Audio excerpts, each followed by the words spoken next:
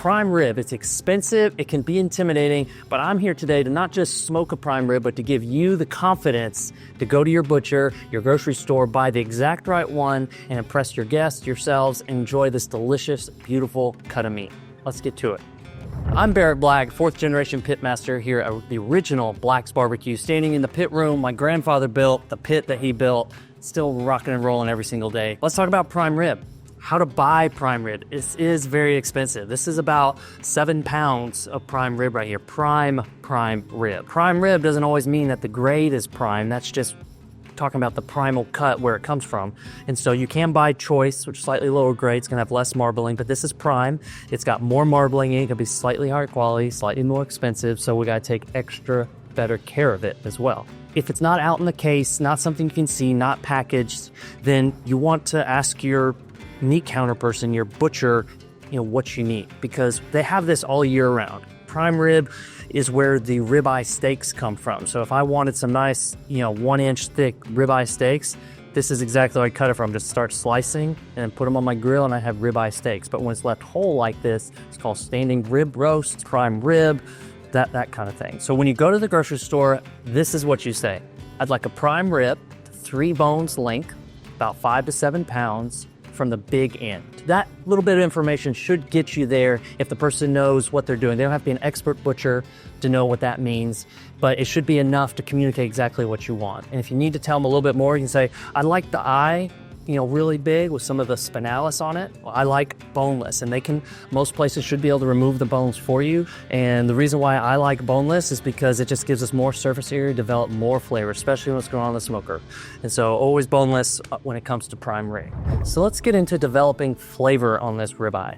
It's already tastes great on its own. It's a high quality piece of meat with a lot of marbling, but when we slice this, there's gonna be a lot of meat inside of there because it's really thick. So we need to develop as much flavor on the outside and bark as we possibly can. So with that nice solid fat cap, we're gonna make even more surface area with it by scoring it in a crosshatch pattern. So I've got just a nice sharp knife, and I'm going about, finger width or so apart, going diagonally across it because it's gonna help develop flavor. And then, doing these diagonal kind of gives it a little bit of decor.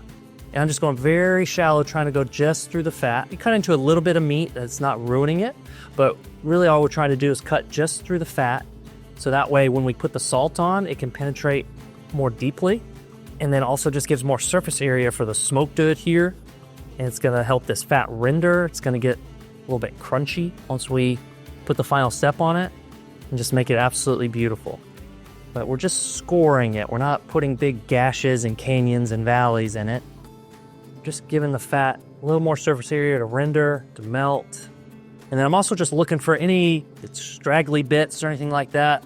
So these little pieces, just trim that off.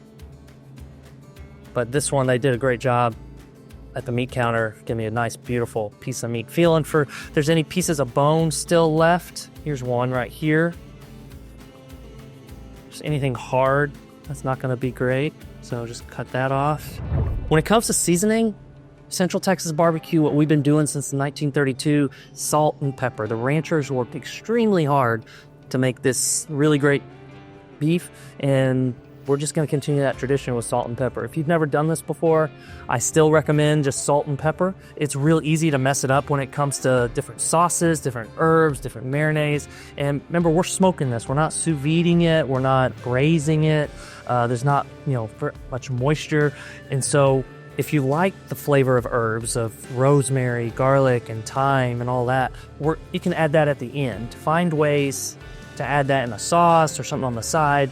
But if we were to add that on the outside now, whether it's a powder, even fresh herbs, anything like that, it's just gonna burn and get bitter, not really adhere or really penetrate deeply as far as flavors go. So in my family, we fight over these end pieces. I love a nice medium rare from the middle, but these end pieces with all the smoke and the bark and everything, we fight over those pieces in my family. So I make sure that's seasoned really well. Black pepper, we use a nice coarse black pepper, but in any barbecue, that we do, it's just very light. A lot of people think like the pepper is the bark when it comes to flavor. If you're putting so much pepper on it before you even cook it, it looks like it has a bark, like, what are you doing? Well, the bark comes from the wood. We're using post oak smoke and that's where the bark's gonna come from, not the pepper. So it's a really light peppering on there. Next step, we gotta tie it. Now, why do we tie it? The main reason is for even cooking. This is kind of a weird, not an even shape. It's kind of oval shaped. It's real thick here. It's real thin here. And so, if we don't even this up, try to bring it together, we tie it together, it's gonna be overcooked in some parts and undercooked in other parts. And so we're gonna tie it. So I got just a nice butcher's twine. This is what we call sausage string. That's what we tie our sausages with. We make thousands and thousands of them every single week. I'm just gonna make, 7 or 8 lengths of string. I'm not a professional butcher, so I can't just do it all in one. I want to learn that one of these days. Any of y'all have any good resources, any good YouTube videos on how to learn how to do the butcher's tie, where it's just all one big long length of string? Let us know in the comments, please. So when it comes to tying, sometimes the people at the meat counter ask you, like, would you like me to tie it for you? Always say no, because you still got to do your cross hatching on here and get your seasoning on there. So always just politely say, no thanks, I got it. And make sure you have a nice roll of butcher's twine at home. Make sure you cut longer than what you think you need, because you're always going to trim it off. And I like to do it upside down, have my knots on the bottom, just because that cross hatching, your knots and stuff can get lost in that fat. And I like to start first in the middle. So I take one string and I get in the middle, so that helps establish the general shape. And then we're gonna kind of work our way out each string that we tied. So getting this first one established just makes it a lot easier. And so we're just doing simple granny knots, but the only change or difference, normal granny knot, you just kind of go under once, but if you go under twice, that just provides more friction. So when you tie it, it doesn't just immediately come back out. So it'll hold it there a little bit easier for you if you don't have a friend to hold your knot. Just one more knot right there to hold it perfectly in place. But we're just doing granny knots, not any fancy butcher knots or anything. Just take my knife and just not too close to the knot, but just leave a little bit of tag there just so the knots don't come out. And there you go. We got one of those tied right there, and then we'll just go about 2 finger lengths apart. So I'm just gonna lift it up, look at what I'm doing right here to place it right there, because you won't be able to really slide it around if it gets down to one of those cross hatches. So I'm just line that up real pretty like right there. Get my sides done. It's not super critical, but I want it to look pretty. And then kind of get it even, kind of hold it, double check it, looking good. Complicated here, and we go under once, under twice. Just a granny knot with going around twice. And then if you've got a friend, have them hold the knot for you. If not, do your best. All right, so I'm just checking it out, making sure nothing's too loose or anything, see if we need to add anything else like that. But it's now just a nice cylinder. It's gonna cook, the heat's gonna impact that piece of meat a lot more evenly, and it's gonna get to the center about the same rate. So we're aiming for that perfect medium rare on the inside. So that's looking beautiful. So what we do now is we rest this for about 24 hours, up to even 96 hours if you have the time. If you are pre-planning far enough in advance, go ahead and get all the way to this step and let it rest in the refrigerator to let the salt really dissolve, penetrate deeply, season, tenderize the meat, and also lets the exterior dry out just slightly. It's not going to dry out the whole piece of meat and lead to a bad eating experience, but it'll dry out the surface area in the refrigerator when it's uncovered, so that way the outside can get a nice crust and brown up and just be absolutely delicious. That combination of bark crust with that medium rare, soft, juicy. Uh-oh. We got a prime rib on the smoker already for you guys.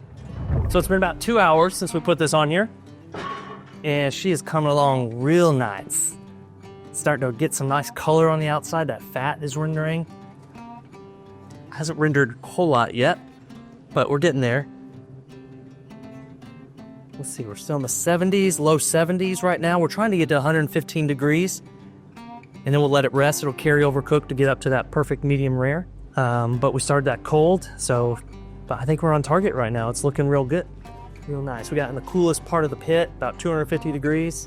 We'll let it keep going. 3 hours have gone by smoking this prime rib. Let's go ahead and take a look, see what's going on. So what I'm seeing is we got a really nice color. That outside with a lot of smoked meats, getting that really dark kind of maroon, mahogany kind of color. Yeah, we're looking great. Here, I'm gonna go ahead and check the internal temperature. the instant read thermometer. We are almost there. We're trying to get to 115, which isn't quite enough to be there, but we're gonna pull it off and let the carryover cook, get it to that 120, 125. So we're at 106 right now. It's been 3 hours. We're gonna check it again in 30 minutes. It might be real close, so probably need about another 30 minutes to an hour. So it's been a long, painful hour waiting on this prime rib, but we are almost there. We needed that temperature to rise a little bit more from all the excess heat that was around the outside and go towards the middle to bring it up to that perfect medium rare. And so we've had it tinted with foil in the pan, and we're gonna go ahead and reveal. And this would be very good as is. It's gonna have a really nice smoky flavor, and we could stop right here, but there's just one more step we can do to make it absolutely perfect, to really accentuate the fat and the crust on the outsides. We're gonna take off the strings, and we're gonna crisp up that crust. And there's a couple ways to do this. You can put that in the hottest part of your smoker, or you can put it in the broiler. The broiler would be the easiest method because it's a very direct heat, and so you can really position it well for that. But I'm in a hurry, and I've got a blowtorch. We're just crisping up that fat a little bit. Pretty cool. At least I think so. It's fun. Fun thing you do with your kids, teach them about fire. The more you can get kids to be involved with the cooking process, the more they're gonna love to cook, the more they're gonna eat, or more than just chicken nuggets. A little prime rib candle. Happy birthday, prime rib. Well, I think that looks good to me. So this is ready to serve. If you're having a party and you gotta wait, I would put this maybe in an ice chest without any ice, of course, so some warm towels or maybe something just to hold it. Super low oven. You don't want to overcook the inside. You want to keep that nice medium rare. So we're finally here. The moment we've been working towards almost all day, half a day, feels like all day because this big juicy piece of meat has just been calling my name all morning. The number one thing I suggest to you when it comes to slicing, do it by yourself. So that way you can get your perfect slice. Do it behind closed doors, slice it all up, so that way you can pull the one that you perfectly want, have it for yourself, because you're the one who worked so hard for this. Then you can share the other pieces for everybody else. So I'm going right for the middle. Got my nice long slice out if you don't have to have this, but oh my gosh. The little sneak peek in there. Look at that. Perfect, medium rare, edge to edge. That is exactly what we were hoping for. That never gets old, honestly. I mean, look at that. It's still got a lot of the marbling in there. The juices are flowing. It's rosy, absolutely beautiful. Now, some of you might be thinking like, no, thank you. That is way too rare. We got you. I mean, this end piece right here, I love it. I cut this one nice and thin because I like that nice barky piece. But on the ends, of course, it's gonna be a little bit more well done. And so you see that was a little less rosy pink, a little less rare, but still super juicy. And so it's up to you how thick you like to do it. I like to do about 1 finger width, not super thin like sandwich meat unless that's what you want. I mean, that's great for leftovers. Smoky.